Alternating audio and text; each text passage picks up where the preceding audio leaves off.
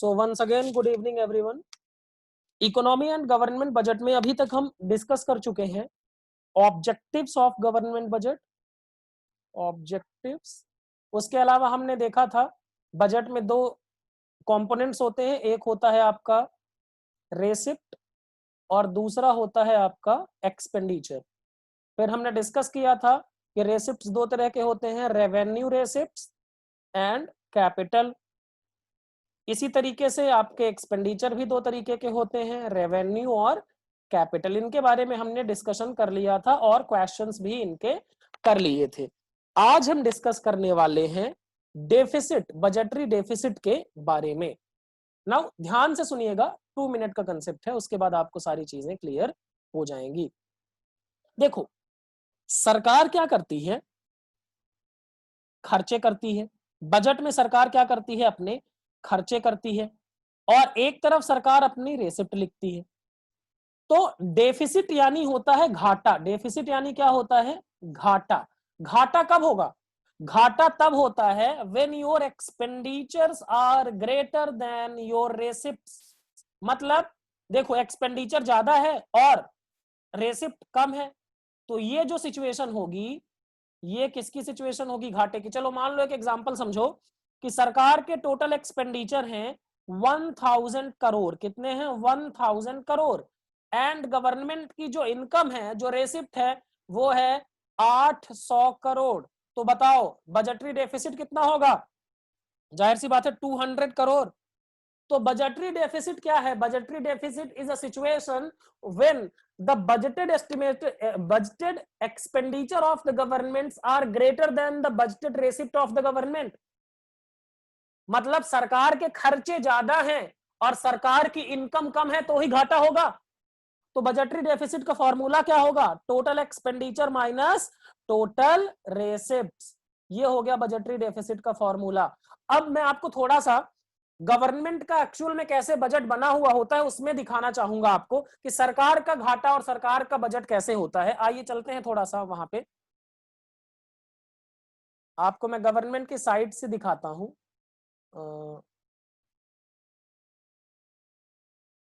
ये देखिए, स्क्रीन पे सबको दिख रहा है, ये बताएं जल्दी से, स्क्रीन पे सबको दिख रहा है? ये indiabudget.gov.in पे जाएंगे तो आपको भी मिल जाएगा। अब बताओ, यहां पर देखें, ये अब इस साल का जो बजट बनाया गया होगा वो 2020 एंड 21 के लिए बनाया गया होगा। ये देखें यहां पे, अगर आपको दिख पा रहा हो तो, ये 20 एंड 21 के लिए। अब यहां पर देखें रेवेन्यू रेसिप्ट कितनी थी गवर्नमेंट की, 20। ये सारा रुपीज इन करोड़ से ध्यान देना, रुपीज इन करोड़। तो रेवेन्यू रेसिप्ट कितनी है सरकार की, रेवेन्यू रेसिप्ट है सरकार की 20,20,926 करोड़ रुपीज, 20,20,926 करोड़ रुपए। और उसके बाद कैपिटल रेसिप्ट कितनी है, यहां पर देखो 10,21,304 करोड़ रुपए, 10,21,304 करोड़ रुपए। तो यानी सरकार का जो टोटल रेसिप्ट है ये कितना है, सरकार का ये टोटल रेसिप्ट है 3,42,230 करोड़ रुपए। नहीं दिख रहा, स्क्रीन पे नहीं दिख रहा है आपको?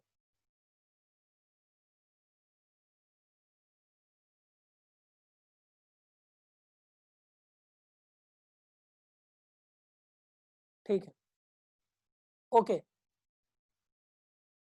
तो सरकार की टोटल रेसिप्ट कितनी है, 30,42,230, मतलब 30,42,000 करोड़ रुपए का बजट है भारत का। कितने का है, 30,42,230 करोड़ रुपए का बजट।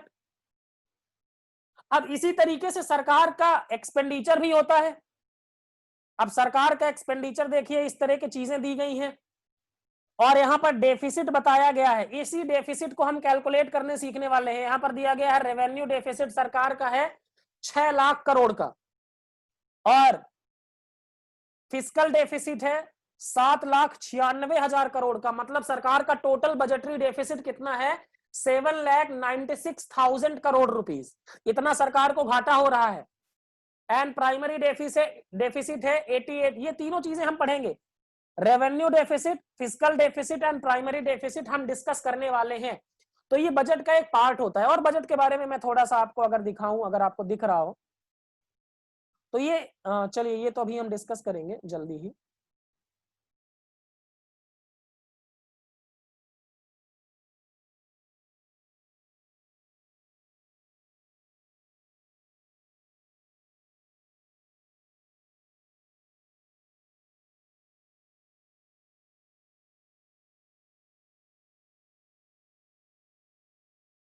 एक मिनट हो।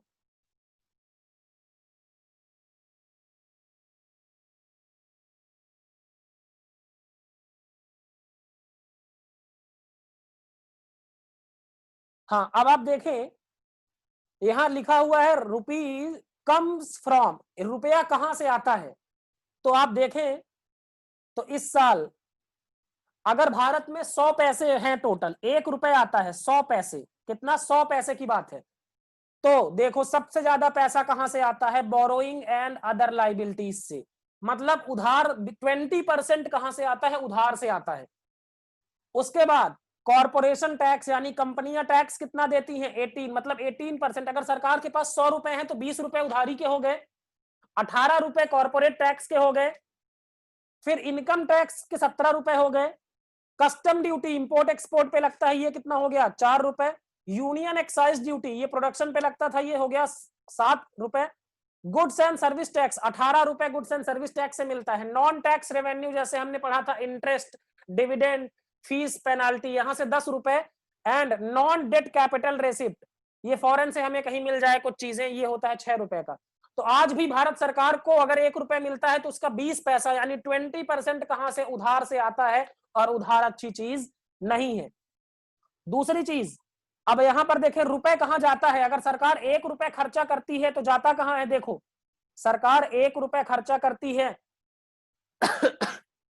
तो 18 पैसे, 18% तो कहां जाता है, इंटरेस्ट पेमेंट में। सोचो 18 मतलब आप 100 रुपए खर्चे करें और 18 पैसे, 18% of your expenditure is on interest payment.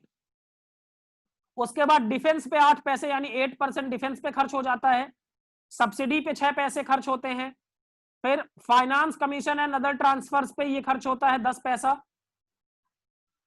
States share of taxes and duties पे 20 पैसा, पेंशन पे 6 पैसे, अदर एक्सपेंडिचर पे 10, सेंट्रली स्पॉन्सर्ड स्कीम पे 10 एंड सेंट्रल सेक्टर स्कीम्स पे 13 पैसे। तो आप देखें जब लोन 20% सरकार लोन लेती है तो 18% सिर्फ इंटरेस्ट पे चला जाता है, 18% किस पे चला जाता है, सिर्फ और सिर्फ इंटरेस्ट पे चला जाता है, और 8% जाता है डिफेंस पे, मिसाइल्स वगैरह पे, वेपन्स वगैरह खरीदने पे। तो ये है बजट की कुछ चीजें जो आपको पता होनी चाहिए। भारत का बजट 30 लाख करोड़ से ज्यादा का है, ये चीजें आपको पता होनी चाहिए। अब आते हैं हम अपने पहले वाले मसले पे।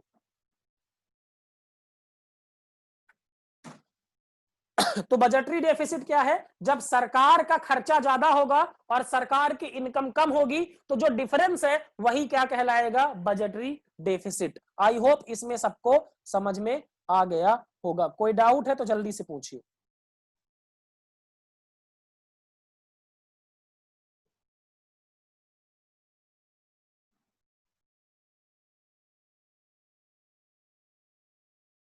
अब टाइप्स ऑफ बजटरी डेफिसिट जो हमने बजट में देखे वो यहां पर हमने पढ़ने हैं।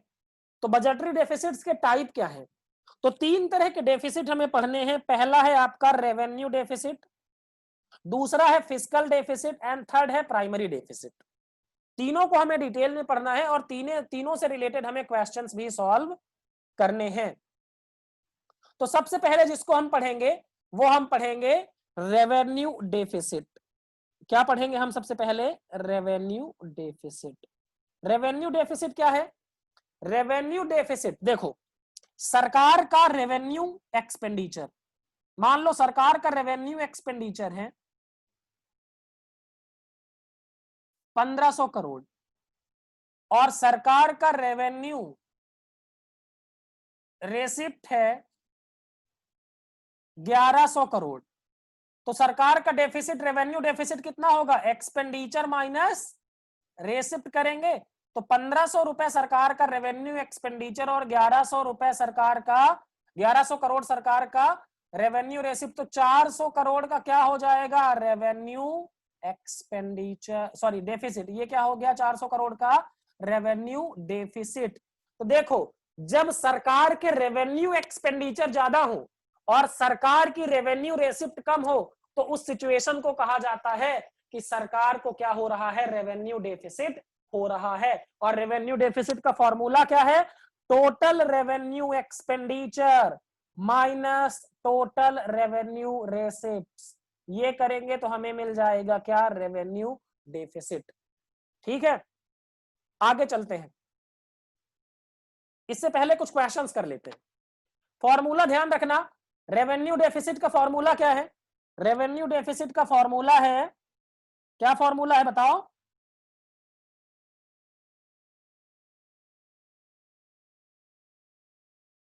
Revenue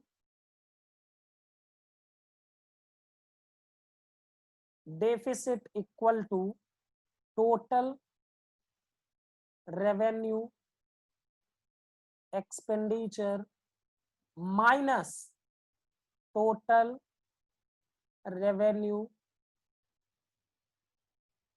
receipts. ठीक है, तो पहले केस में question number 1, total revenue expenditure सरकार का कितना है, बताओ। Question number 1, total revenue expenditure कितना है, 1000 करोड़, माइनस करेंगे टोटल रेवेन्यू रेसिप्ट कितनी है, 750 करोड़। तो क्या मिल जाएगा, रेवेन्यू डेफिसिट कितना मिलेगा, 250 करोड़ रुपए का रेवेन्यू डेफिसिट मिल जाएगा। इससे कोई दिक्कत है तो पूछिए, किसी को कोई डाउट है तो जल्दी से बताइए, जल्दी।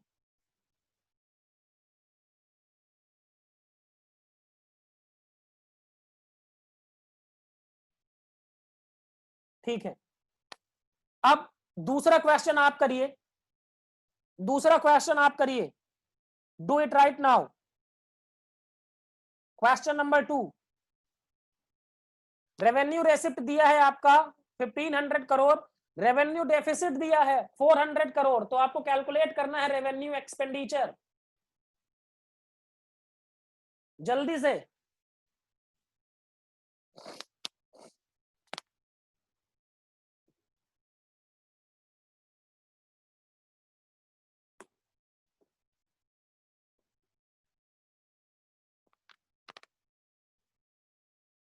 क्विक, आप लोग कॉपी और किताब लेके बैठा करिए, कॉपी किताब तो जरूरी नहीं पर कॉपी लेके बैठा करिए, लेट के मत पढ़ा करिए, सोते रहते हैं आप लोग।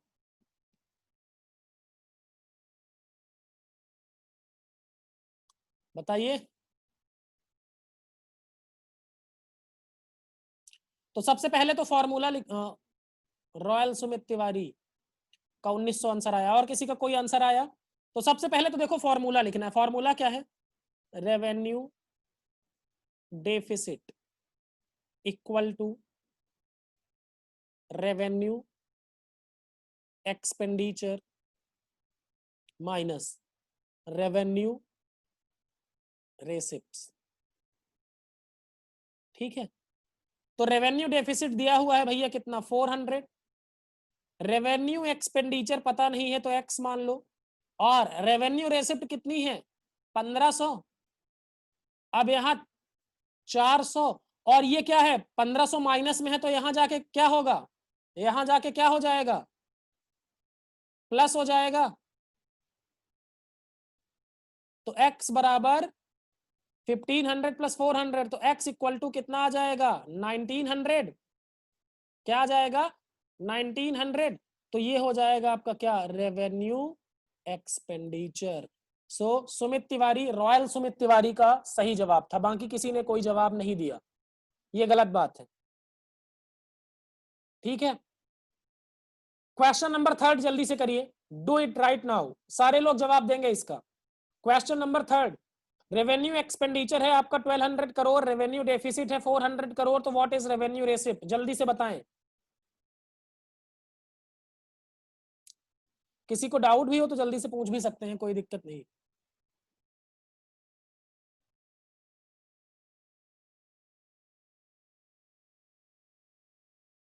सुमित तिवारी का 800 आ रहा है, नितिन शर्मा का 1900 आ रहा है। नितिन शर्मा, क्वेश्चन नंबर 3 में 1900 आएगा, कौन से क्वेश्चन का जवाब दे रहे हैं आप?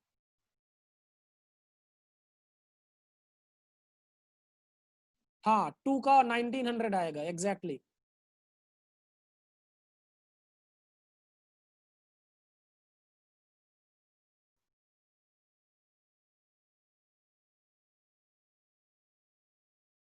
$800 ठीक है। चलिए मैं करता हूं। तो आपने सबसे पहले तो फॉर्मूला लिखना है। What is formula? क्या लिखेंगे? Revenue deficit equal to revenue expenditure minus revenue receipts.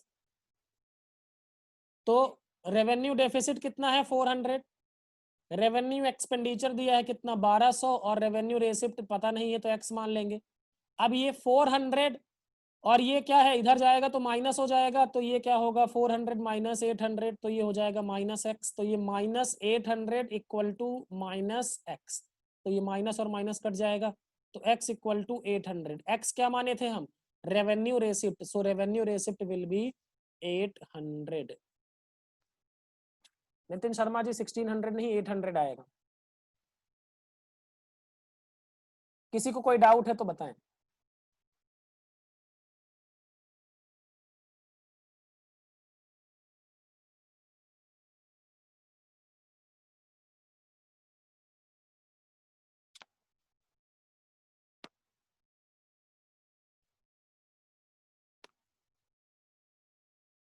ठीक है, आगे चलते हैं। अब हम पढ़ते हैं इम्प्लीकेशन ऑफ रेवेन्यू डेफिसिट। यानी रेवेन्यू डेफिसिट से क्या पता चलता है? रेवेन्यू डेफिसिट हमें क्या बताता है? पहली चीज देखो, रेवेन्यू डेफिसिट देखो, रेवेन्यू रेसिप्ट क्या होता है? रेवेन्यू रेसिप्ट में हमने देखा था कि ना तो वो लाइबिलिटी बढ़ाता है, ना तो वो लाइबिलिटी बढ़ाता है और ना ही एसेट्स कम करता है,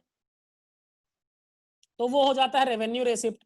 और रेवेन्यू एक्सपेंडिचर क्या होता है? ना तो वो एसेट बनाता है और ना ही लाइबिलिटी को कम करता है, तो वो एक्सपेंडिचर भी क्या कहलाता है? Revenue expenditure. ठीक है।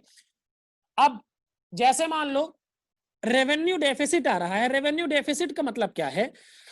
कि सरकार की रेवेन्यू इनकम मतलब रेगुलर इनकम सरकार की है 1000 रुपए और खर्चे हैं मान लो 1500 या 1400 रुपए मान लो, तो ये 400 का डेफिसिट आया। ये 400 का क्या आया? डेफिसिट आया।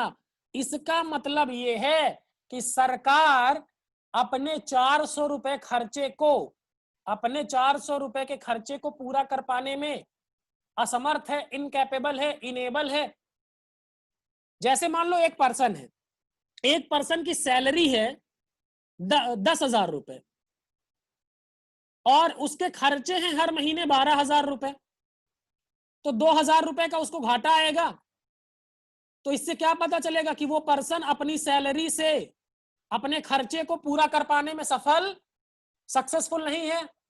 तो रेवेन्यू डेफिसिट भी बताता है, it indicates the inability of the government to meet its regular and recurring expenditure on proposed budget. In proposed budget, इन होगा, ये यूएन लिखा है, ये इन कर लीजिएगा, इन proposed budget.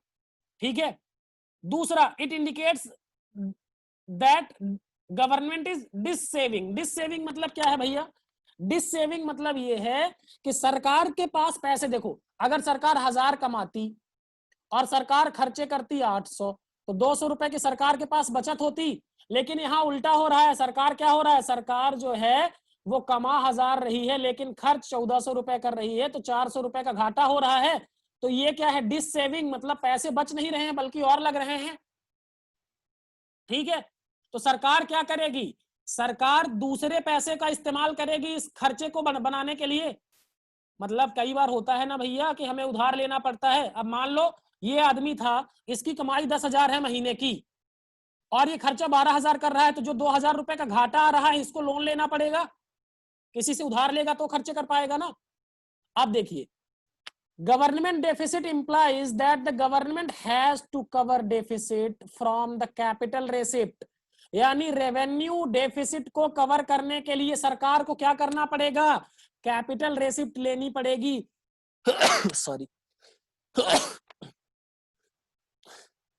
Sorry, capital receipt, capital receipt या तो सरकार लोन लेगी, बोरोइंग करेगी, बोरोइंग से लायबिलिटी बढ़ेगी, या सरकार अपनी एसेट्स बेचेगी जिसको डिसइन्वेस्टमेंट कहते हैं। तो दो चीजें होंगी, या तो सरकार मतलब रेवेन्यू डेफिसिट, रेवेन्यू डेफिसिट से बचने के लिए सरकार को क्या करना पड़ेगा, रेवेन्यू डेफिसिट को पूरा करने के लिए, कवर करने के लिए क्या करना पड़ेगा, सरकार को कैपिटल रेसिप्ट लेनी पड़ेगी। मतलब या तो उधार लेना पड़ेगा, लोन लेना पड़ेगा, या अपनी एसेट्स बेचनी पड़ेगी। जाहिर सी बात है, जिसमें पर्सन का ले रहा था वो 10,000 कमाता है और 12,000 खर्चे करता है, तो या तो वो अपने घर की एसेट्स बेच के बाद 2,000 रुपए की कमी पूरा करेगा, या किसी से उधार लेगा, लोन लेगा। ठीक है, अब देखो, since government is using capital receipt to generally meet the consumption expenditure of the government, it leads to inflationary situation in the economy। देखो सरकार क्या करती है, सरकार अपनी एसेट्स बेचती है या फिर उधार लेती है, और ये उधार इसलिए लेती है ताकि खर्चों को पूरा किया जा सके। अब एक बात बताओ, सरकार खर्चे करती है लेकिन उस हिसाब से प्रोडक्शन बढ़ता नहीं है, आपके खर्चे के हिसाब से प्रोडक्शन बढ़ने वाला नहीं है। तो बताओ, जब खर्चा ज्यादा होगा तो डिमांड ज्यादा होगी, और डिमांड ज्यादा होगी तो महंगाई भी बढ़ जाएगी। इससे क्या होता है, कंट्री में महंगाई बढ़ जाती है। उसके बाद higher borrowings increase the future burden in terms of loan amount and interest payment. देखो लोन के साथ एक चीज और आती है, इंटरेस्ट, और फ्यूचर जनरेशन पे क्या होता है, बर्डन बढ़ जाता है। आपके पापा ने लोन लिया और उन्होंने नहीं चुकाया, तो वो लोन किसको चुकाना पड़ेगा, आपको चुकाना पड़ेगा। तो ऐसे पुरानी सरकार का लोन इस सरकार को चुकाना पड़ता है, इस सरकार का लोन अगली सरकार को चुकाना पड़ेगा। और लोन तो मान लो 1,000 रुपए, 1,000 करोड़ का लोन लिया और 10 साल में उसमें पता चला कि लोन इंटरेस्ट जोड़ के हो गया वो 1,500 करोड़ रुपए, तो लोन के साथ इंटरेस्ट भी आता है। तो ये है implication of revenue deficit.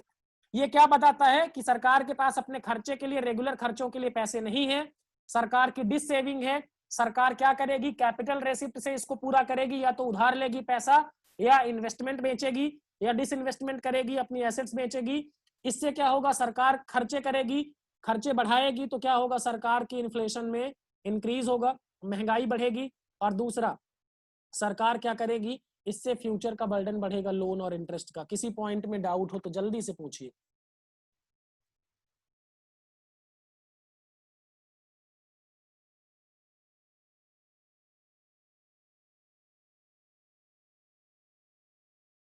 Deficit वाले पोर्शन से आपको एग्जाम में क्वेश्चन पक्का आएगा, ध्यान रखना। चलिए आगे चलते हैं। क्वेश्चन तो हम कर चुके हैं, है ना, इनको आप नोट कर लीजिएगा या स्क्रीनशॉट ले लीजिएगा, जो भी आपकी जैसी मर्जी। अब measures to reduce revenue deficit, revenue deficit को रिड्यूस करने मतलब कम करने के क्या, किस तरीके से इसको कम किया जा सकता है। तो देखो रेवेन्यू डेफिसिट दो चीजों से मिलकर बना है। रेवेन्यू डेफिसिट में दो कंसेप्ट आते हैं, एक आता है आपका revenue expenditure,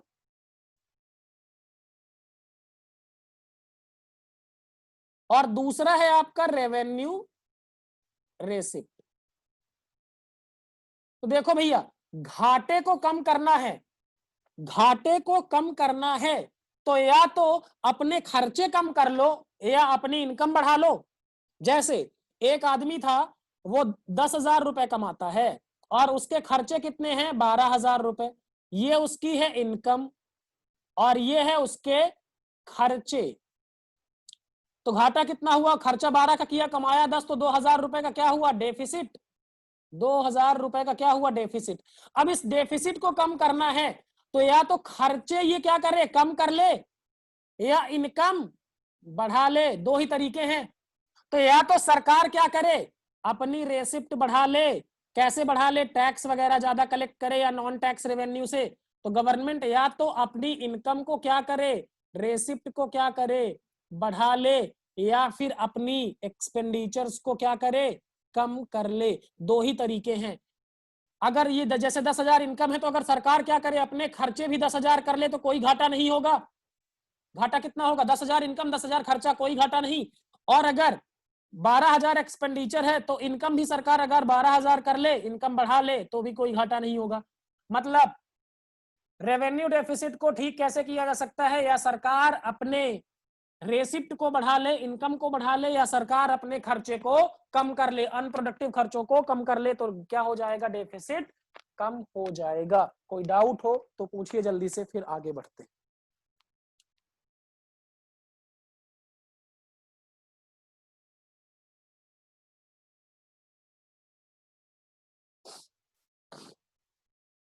if you have any doubt please ask, जल्दी से पूछिए।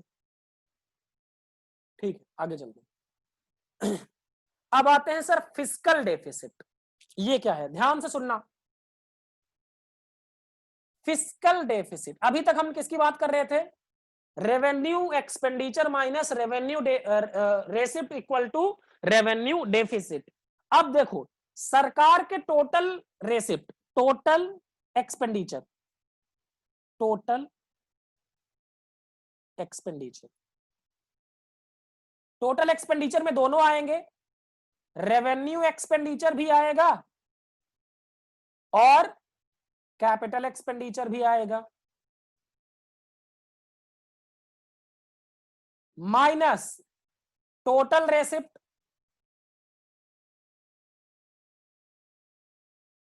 इसमें भी दोनों आएंगे, रेवेन्यू एक्सपेंडिचर भी आएगा, सॉरी रेवेन्यू रेसिप्ट भी आएगी और कैपिटल रेसिप्ट्स भी आएंगे। ठीक है, अब लेकिन कैपिटल रेसिप्ट में दो चीजें होती हैं, या तो बोरोइंग या तो डिसइन्वेस्टमेंट। डिसइन्वेस्टमेंट यानी क्या होता है, सरकार अपनी एसेट्स को बेच देती है। तो कैपिटल रेसिप्ट में बोरोइंग वाले पार्ट को इसमें इंक्लूड नहीं किया जाएगा। क्यों इंक्लूड नहीं किया जाएगा, हम अभी डिस्कस करेंगे। सबसे पहले समझो कैसे आएगा फिस्कल डेफिसिट। फिस्कल डेफिसिट आएगा total expenditure minus total receipt, लेकिन टोटल रेसिप्ट एक्सक्लूडिंग बोरोइंग, यानी उधारी को छोड़कर, जो पैसा हमने लोन लिया है उसको छोड़कर। क्यों छोड़कर, देखो टोटल एक्सपेंडिचर कैसे बनेगा, total revenue expenditure plus capital expenditure. Total receipt कैसे बनेगी, revenue receipt plus capital receipt. अब चलना समझना मेरी बात को। चलो एक क्वेश्चन लेते हैं, मान लो सरकार का टोटल एक्सपेंडिचर था, टोटल एक्सपेंडिचर कितना था, सरकार का था मान लो 1000 करोड़, कितना था 1000 करोड़। ठीक है, सरकार का रेवेन्यू रेसिप्ट, रेवेन्यू रेसिप्ट ये था 500 करोड़, कैपिटल रेसिप्ट था मान लो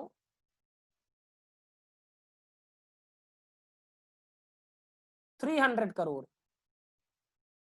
एक्सक्लूडिंग बोरोइंग, एक्सक्लूडिंग बोरोइंग मतलब उधारी को छोड़कर। अब एक बात बताओ, सरकार का टोटल एक्सपेंस कितना हुआ 1000 और सरकार का टोटल इनकम कितना हुआ 800। तो एक बात बताओ, सरकार को अपने खर्चे को पूरा करने के लिए कितने का लोन लेना पड़ेगा, 200 करोड़ का। कितने का लोन लेना पड़ेगा, 200 करोड़ का लोन लेना पड़ेगा। ठीक है, तो ये 200 करोड़ का लोन जो है यही तो है बोरोइंग, यही क्या है, यही है बोरोइंग। तो फिस्कल डेफिसिट ये बताता है कि सरकार को कुल कितना पैसा बोरो करना पड़ेगा। अगर हम बोरोइंग को वहां पे जोड़ दें, बोरोइंग को पहले ही जोड़ दें तो फिस्कल डेफिसिट निकलेगा नहीं। तो फिस्कल डेफिसिट क्या क्या क्या, क्या फॉर्मूला है, total expenditure minus total receipt, और टोटल रेसिप्ट में से बोरोइंग को हटा दिया जाएगा। इससे फिस्कल डेफिसिट से क्या पता चलता है, यहां पर देखिए, fiscal deficit indicates the total borrowing requirement of the government. जैसे हमारे एग्जांपल में 1000 रुपए सरकार का एक्सपेंस था और सरकार का टोटल जो था रेसिप्ट कितना था 800 करोड़, तो 200 करोड़ रुपए का घाटा था, ये सरकार क्या करेगा, 200 करोड़ रुपए सरकार क्या करेगी, बोरो करेगी। तो फिस्कल डेफिसिट से क्या पता चलता है कि सरकार को कुल कितना बोरो करना पड़ेगा, कितना उधार लेना पड़ेगा, कितना लोन लेना पड़ेगा। कोई डाउट हो तो जल्दी से पूछिए, जल्दी से, quick, time is about to get over, जल्दी से पूछिए।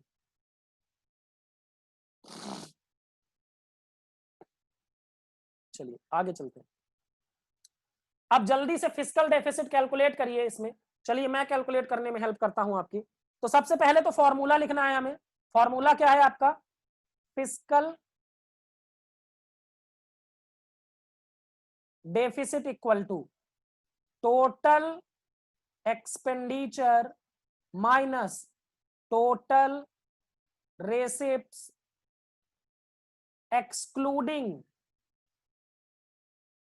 बोरोइंग, यानी रेसिप्ट में से बोरोइंग को हटा दिया जाएगा। तो टोटल एक्सपेंडिचर कैसे आता है, रेवेन्यू प्लस कैपिटल। तो रेवेन्यू कितना है, एक्सपेंडिचर 20,000 प्लस कैपिटल एक्सपेंडिचर कितना है 32,000, ये दोनों को जोड़ेंगे, माइनस टोटल रेसिप्ट कितना है, रेवेन्यू रेसिप्ट, रेवेन्यू रेसिप्ट कितना है आपका 8,000 प्लस आपका कैपिटल रेसिप्ट कितना हुआ 8,000, सॉरी 3,500। लेकिन इसमें बोरोइंग भी जुड़ा हुआ है, तो बोरोइंग को क्या करेंगे, यहां पर लिख लेना इंक्लूडिंग बोरोइंग। क्या लिखेंगे, इंक्लूडिंग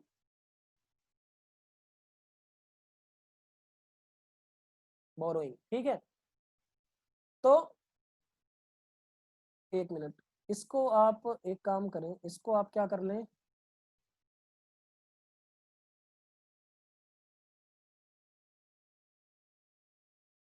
इसको करेक्ट करके ना आप एक काम कर लें, 23 कर लें, 23,000 करोड़। ठीक है ना, ये कितना हो जाएगा 23, तो यहाँ पर क्या आएगा 23,000 करोड़। ठीक है, तो ये माइनस क्या हो गया आपका 8,000 प्लस, अब 35 में अगर 10 इंक्लूडिंग है बोरोइंग, तो ये कितना बचा एक्सेप्ट बोरोइंग 25, 35 में से 10 हट गया, कितना बचा 25, तो ये कितना हो गया 43,000 माइनस ये कितना हो गया 8 और 25 33,000 करोड़। तो 43 और 10 कितना, 43 में माइनस करेंगे 10 तो कितना, वो 33 माइनस करेंगे तो कितना आएगा 10। ये क्या है आपका फिस्कल डेफिसिट, ये क्या है फिस्कल डेफिसिट, मतलब सरकार को इतना बोरो करना पड़ेगा, और आप आंसर देखेंगे तो बोरोइंग भी इतनी ही है सरकार की। फिस्कल डेफिसिट से क्या पता चलता है, फिस्कल डेफिसिट से पता चलता है कि सरकार को कितना पैसा उधार लेना है, टोटल कितना पैसा उधार लेना है। किसी को डाउट हो तो पूछिए। आपको क्या करना है, आपको फॉर्मूले में लिखना है total expenditure minus total receipt, receipt में से बोरोइंग को हटा देना है। अगले क्वेश्चन का आप स्क्रीनशॉट ले लें, ये क्वेश्चन आपको करके आना है, ये क्वेश्चन आपको करना है कल, ये होमवर्क है आपके लिए, इसका आप स्क्रीनशॉट ले सकते हैं। हाँ, बोरोइंग नहीं दिया है तो नहीं मानेंगे ना, बोरोइंग नहीं दिया है तो पता कैसे चलेगा, बिना बोरोइंग के पता नहीं चलेगा। ध्यान रखना यहां पर ये जो कैपिटल रेसिप्ट है इसमें बोरोइंग एक्सक्लूडिंग है, मतलब ये कैपिटल रेसिप्ट में बोरोइंग जुड़ा हुआ नहीं है, तो इसको हटाने की भी जरूरत नहीं है, इसमें बोरोइंग जुड़ा हुआ भी नहीं है तो इसको हटाने की भी जरूरत नहीं है। उसमें क्या था, बोरोइंग जुड़ा हुआ था तो हमने इसलिए हटाया था, इसमें बोरोइंग जुड़ा हुआ नहीं है तो इसको हटाने की भी जरूरत नहीं है। इसका आप स्क्रीनशॉट ले लीजिए, ये क्वेश्चन आपके लिए होमवर्क है। ठीक है, so thank you very much for today, will meet tomorrow, thank you.